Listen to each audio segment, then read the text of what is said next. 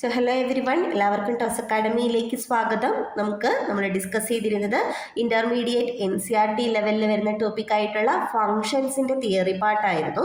So നമുക്ക് functions related ആയിട്ടുള്ള കൂടുതൽ MCQs, PYQs കാര്യങ്ങളെല്ലാം നമുക്ക് ഡിസ്കസ് ചെയ്യാം. ഓക്കെ, ഫസ്റ്റ് ക്വസ്റ്റ്യൻ നമുക്ക് വന്നിരുന്ന ഒരു PYQ ക്വസ്റ്റ്യൻ ആണിത്.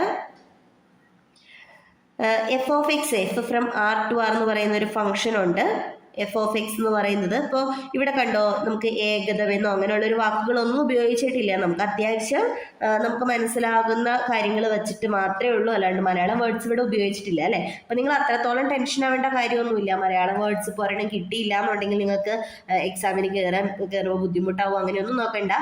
ചില ക്വസ്റ്റ്യൻ പേപ്പേഴ്സിൽ നമുക്ക് കാണാനായിട്ട് സാധിക്കും മലയാളം വേർഡ്സിൻ്റെ ബ്രാക്കറ്റിൽ തന്നെ നമുക്ക് കറസ്പോണ്ടിങ് ഇംഗ്ലീഷ് വേർഡ് എഴുതിയിട്ടുണ്ട്. എന്ന് വെച്ച് കഴിഞ്ഞാൽ ചിലപ്പോൾ നമുക്ക് ഏകതം എന്ന് പറഞ്ഞിട്ട് എഴുതിയിട്ടുണ്ടാകും, എന്നാൽ അതിൻ്റെ ബ്രാക്കറ്റിൽ ഫംഗ്ഷൻ എന്നും പറഞ്ഞിട്ടും ഡിനോട്ട് ചെയ്തിട്ടുണ്ടാവും. ഓക്കെ, അപ്പോൾ നമുക്ക് മലയാളം വേർഡ്സ് കണ്ടുപിടിക്കുക എന്ന് പറയുന്നത് അല്ലെങ്കിൽ പഠിച്ചിരിക്കുക എന്ന് പറയുന്നത് എത്രത്തോളം ഇമ്പോർട്ടൻ്റ് ആണെന്നുള്ളത് മനസ്സിലാക്കിയിരിക്കുക എന്നുള്ളതിലാണ് കാര്യം കേട്ടോ. അപ്പോൾ നോക്കാം, ഇവിടെ R to R ആണ്, f of x 22x - 11 ആണ്, g എന്ന് പറയുന്നത് f ഇൻവേഴ്സ് ഓഫ് x ആണ്, g of x എന്താണെന്ന് ചോദിച്ചേക്കുന്നത്. സോ പ്രതിലോമ ഏകതം കണ്ടുപിടിക്കുക അല്ലേ. നമ്മൾ എന്താ ചെയ്യുക, 22x - 11 ഈക്വൽ ടു y എന്ന് വിളിച്ചു. So 22x equal to y plus 11, x equal to എന്ന് കണ്ടുപിടിക്കുക എന്നുള്ളതാണ് സ്റ്റെപ്പ് അല്ലേ. So x equal to y plus 11 divided by 22 എന്നാക്കി. നമ്മളോട് ചോദിച്ചിരിക്കുന്നത് g ഓഫ് x ആണ് അല്ലേ. അപ്പോൾ ഇതാണ് നമ്മുടെ ഏകതം, പ്രതിലോമ ഏകതം. സോ നമുക്ക് ഇതിൻ്റെ ഇൻവേഴ്സിനെ എക്സിൻ്റെ ടേമിൽ എഴുതുമ്പോൾ x പ്ലസ് 11 ഡിവൈഡഡ് ബൈ 22 എന്ന് വരും.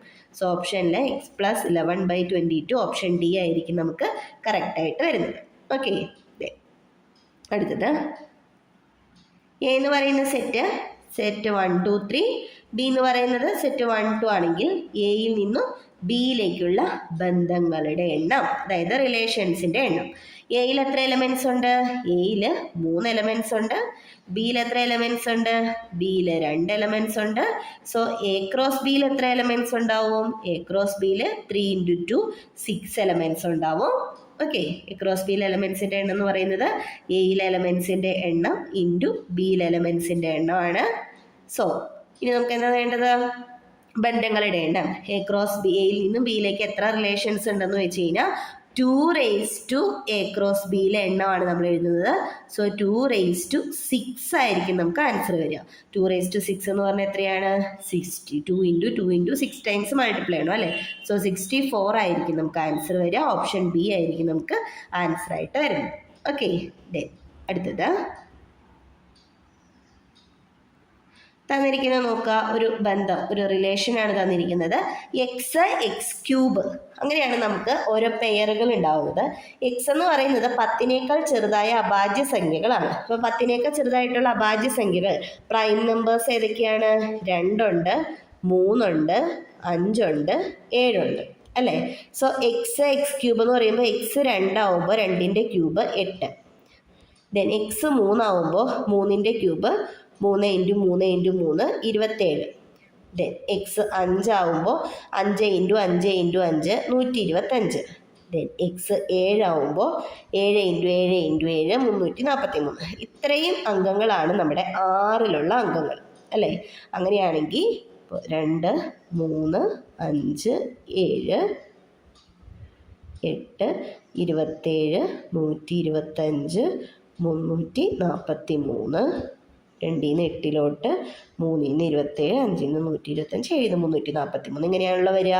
അങ്ങനെയാണെങ്കിൽ അതിൻ്റെ റേഞ്ച് എന്താണെന്ന് ചോദിച്ചേക്കുന്നത് 8 27 125 343 ആരോ വരിക. സോ 8 27 125 343 എന്ന് പറയുന്ന ഓപ്ഷൻ ആയിരിക്കും കറക്റ്റായിട്ട് ഉണ്ടാവുക. ഓക്കെ, അടുത്തത് R എന്നത് രേഖീയ സംഖ്യാഗണമാണ്, സെറ്റ് ഓഫ് റിയൽ നമ്പേഴ്സ് ആണ്. എഫ് ആറിൽ നിന്ന് ആറിലോട്ടുണ്ട്, ജി ആറിൽ നിന്ന് ആറിലോട്ടുണ്ട്. എഫ് എന്ന് പറയുന്നത് 3x² + 2 ആണ്, ജി എന്ന് പറയുന്നത് 3x - 1 ആണ്. അങ്ങനെയാണെങ്കിൽ ചുവടെ തന്നിരിക്കുന്നവയിൽ ഏതാണ് ശരിയെന്ന് ചോദിച്ചേക്കുന്നത്. ആദ്യം നമുക്ക് എഫ് കോമ്പോസിഷൻ ജി ചെയ്ത് നോക്കാം. ആൻസർ കിട്ടുമെന്ന് നോക്കാം. F composition G of X എന്ന് പറയുന്നത് F of G of X ആണ്. അപ്പോൾ F of G of X എന്ന് പറഞ്ഞാൽ എഫ് ഓഫ് 3x-1 ആണ്. എഫിൽ എക്സിന് പകരം 3x-1 കൊടുക്കണം അല്ലേ. അപ്പോൾ 3x² + 2 ആണ് എഫ്. അപ്പോൾ 3 × x² പകരം 3x-1 സ്ക്വയർ + 2. നോക്കാം, 3 × a-b² പോലെ എക്സ്പാൻഡ് ചെയ്താൽ 9x² - 2ab 6x + 1 + 2 വരും. ദെൻ 18x² - 18x ഒരു +3 വരും. ഇതിനുള്ളിലേക്ക് മൾട്ടിപ്ലൈ ചെയ്യുമ്പോൾ അതിന് +2 ഒരെണ്ണമുണ്ട്. So 18x² - 18x + 5. Okay, sorry 18 അല്ല, 3 × 9 എത്രയാണ്? 27. ഓക്കെ, അപ്പോൾ ഇവിടെ തെറ്റിപ്പോയി, 27. അപ്പോൾ 27x² - 18x + 5. So first option ആയിരിക്കും നമുക്ക് എഫ് കോമ്പോസിഷൻ ജിയുടെ കറക്റ്റ് ആയിട്ടുള്ളത്. ഓക്കെ ആണല്ലോ. ദെൻ അടുത്തത് √4 - n² എന്ന ഏകദത്തിൻ്റെ മണ്ഡലം എന്താണെന്ന് ചോദിച്ചേക്കുന്നത്. മണ്ഡലം കണ്ടുപിടിക്കാൻ എന്താ ചെയ്യുക? റൂട്ടിൻ്റെ ഉള്ളിൽ വന്നു കഴിഞ്ഞാൽ 4 - n² എന്ന് പറയുന്നത് >= 0 ആയിരിക്കണം. റൂട്ടിൻ്റെ ഉള്ളിൽ പോസിറ്റീവ് 0യോ 0യോ കൂടുതലുള്ളതേ വരാൻ പോകുള്ളൂ അല്ലേ. അതായത് ഇവിടെ n² അപ്പുറത്തേക്ക് കൊണ്ടുപോയി കഴിഞ്ഞാൽ n² > 4 ആയിരിക്കണം. സ്ക്വയർ ചെയ്യുമ്പോൾ 4 4നേക്കാൾ ചെറുതോ ആയിട്ട് വരണമെന്നുണ്ടെങ്കിൽ ആ നമ്പേഴ്സ് എവിടെ കിടക്കണം? സ്ക്വയർ ചെയ്യുമ്പോൾ 4 കിട്ടണമെങ്കിൽ -2 2 എടുക്കണം അല്ലേ. -2ൻ്റെയും 2ൻ്റെയും ഉള്ളിൽ കിടക്കുന്ന നമ്പേഴ്സിന് മാത്രമാണ് സ്ക്വയർ ചെയ്യുമ്പോൾ 4നേക്കാൾ ചെറുതായിട്ട് വരുള്ളൂ അല്ലേ. അപ്പോൾ -2 മുതൽ 2 വരെയുള്ള നമ്പേഴ്സാണ് നമുക്ക് എവിടെ പറ്റുള്ളൂ? മണ്ഡലത്തിൽ പറ്റുള്ളൂ. സോ -2 to 2 ആയിരിക്കും ആൻസർ വരിക. ഓക്കെ, ഇവിടെ ഒരു ക്വസ്റ്റ്യൻ ഉണ്ട് അല്ലേ, 1/√9 - x². ഈ രണ്ട് ക്വസ്റ്റ്യനും തമ്മിലുള്ള വ്യത്യാസം എന്താണ്? ഇവിടെ ഈ റൂട്ട് അല്ലാണ്ട് കിടക്കുന്നു, ഇവിടെ റൂട്ട് ഛേദത്തിൽ ഡിനോമിനേറ്റർ കിടക്കുന്നു. ഡിനോമിനേറ്റർ കിടക്കുമ്പോഴുള്ള ഒരു പ്രത്യേകത, ഇവിടെ > 0യിൽ =2 എന്നുള്ളത് ഇവിടെ പറ്റില്ല. ഇവിടെ 9 - x² എന്ന് പറയുന്നത് എന്തായിരിക്കണം? പോസിറ്റീവ് മാത്രം ആവാൻ 0 ആവാൻ പാടില്ല. അതായത് x² എന്ന് പറയുന്നത് <9 ആവണം. x² 9 ആകുന്നത് -3ലും 3ലും ആണ്. അപ്പം 9നേക്കാൾ ചെറുതാവുക എന്ന് പറയുന്നത് ഇതിൻ്റെ ഇടയ്ക്ക് കിടക്കണം. -3യും 3യും ഇവിടെ ഇൻക്ലൂഡിങ് അല്ല, കാരണം സ്ട്രിക്ട്ലി >9 ആവണം അല്ലേ. അപ്പോൾ നമുക്ക് -3 മുതൽ 3 വരെയുള്ള നമ്പേഴ്സാണ് നമുക്കിവിടെ മണ്ഡലത്തിൽ പാടുള്ളൂ.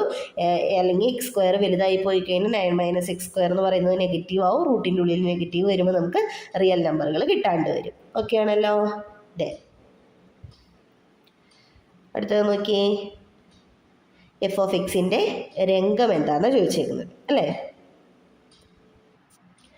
ശരിക്കും പറഞ്ഞാൽ ഈ ക്വസ്റ്റ്യൻ എന്ന് പറയുന്നത് നമുക്ക് റാഷണൽ ഫംഗ്ഷൻ്റെ മെത്തേഡ്സ് ഒന്നും ആലോചിക്കേണ്ട ആവശ്യമില്ല. ഓക്കെ, ചുമ്മാ ഒരു എക്സാമ്പിൾ പോലെ നമുക്ക് നോക്കാം. എക്സിന് 0 കൊടുത്തു എന്ന് വിചാരിക്കുക.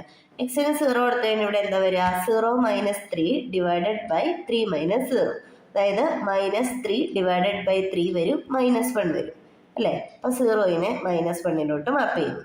എക്സിന് 1 കൊടുത്തു നോക്കിയേ, 1 - 3 / 3 - 1. അതായത് -2 / 2 വരും. ആൻസർ -1 വരും. 1നും -1 മാപ്പ് ചെയ്യണം.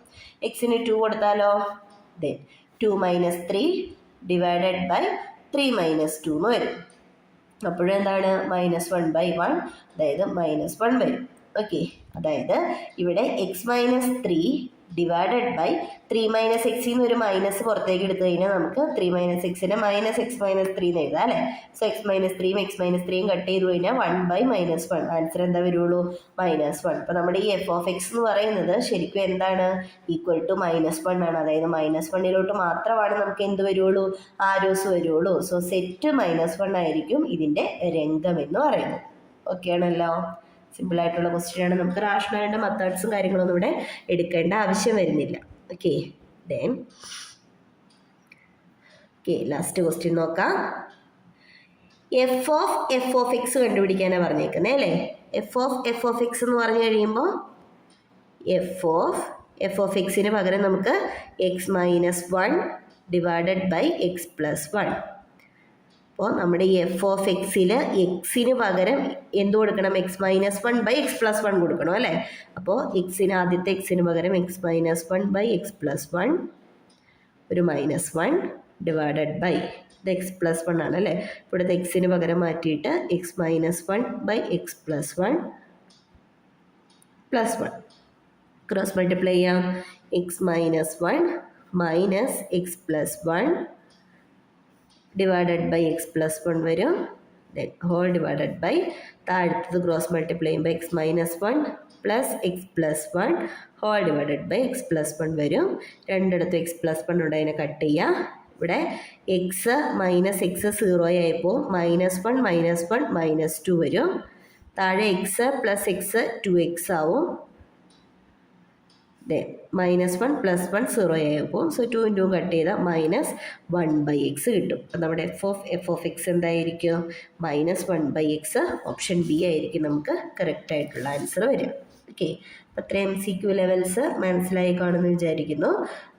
ഇതിനകത്ത് നമുക്ക് കൂടുതൽ ബന്ധങ്ങളുടെ എണ്ണം, മണ്ഡലോ രംഗോ ചോദിച്ചിട്ടുള്ള ക്വസ്റ്റ്യൻ, പ്രതിലോമ ഏകതം, കോമ്പോസിഷൻ ഓഫ് ഫങ്ഷൻസ്, ഇത്രയും കാര്യങ്ങൾ നമുക്ക് PYQസിലും അല്ലെങ്കിൽ PSC ലെവലിലുള്ള എക്സാംസിലും നമുക്ക് പ്രതീക്ഷിക്കാവുന്ന കൺസെപ്റ്റുകളാണ്.